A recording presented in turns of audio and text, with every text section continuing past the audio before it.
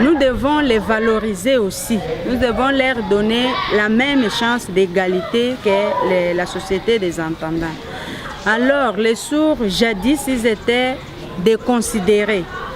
Alors, cet enseignement les met au même pied d'égalité que nous, les personnes qui parlent et qui entendent.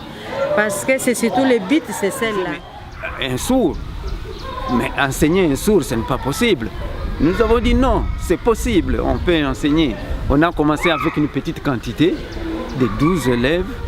Et de 12 élèves, peu à peu, au fur et à mesure que les années passent, on a recruté les enfants et les parents parfois nous demandaient, mais enfin, vous recrutez les enfants sourds pour en faire quoi? Nous disons, mais non, ce sont des gens comme tout le monde, ils doivent étudier. Il dit, mais étudier un sourd, qu'est-ce qu'il va faire dans sa vie?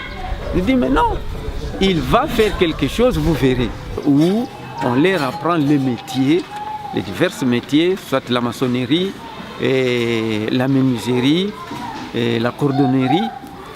Et ce n'est que dans ces dernières années où les parents maintenant sont conscients qu'un sourd pouvait faire quelque chose.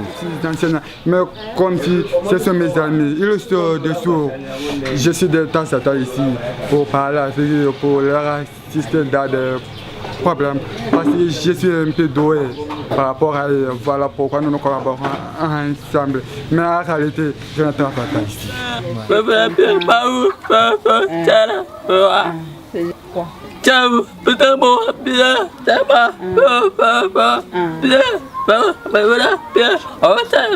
À partir de l'école, puisque si l'école n'était pas là, en tout cas, pas moyen de communication avec les enfants.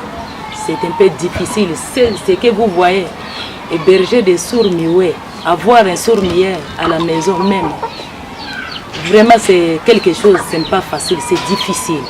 Pour la compréhension d'abord, c'est un peu difficile. Et à partir de l'école, on se comprend avec les enfants vraiment très bien.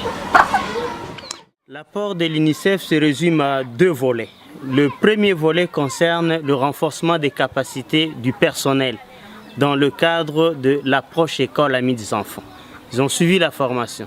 Et le deuxième volet, c'est la remise de 30 prothèses chez les malentendants.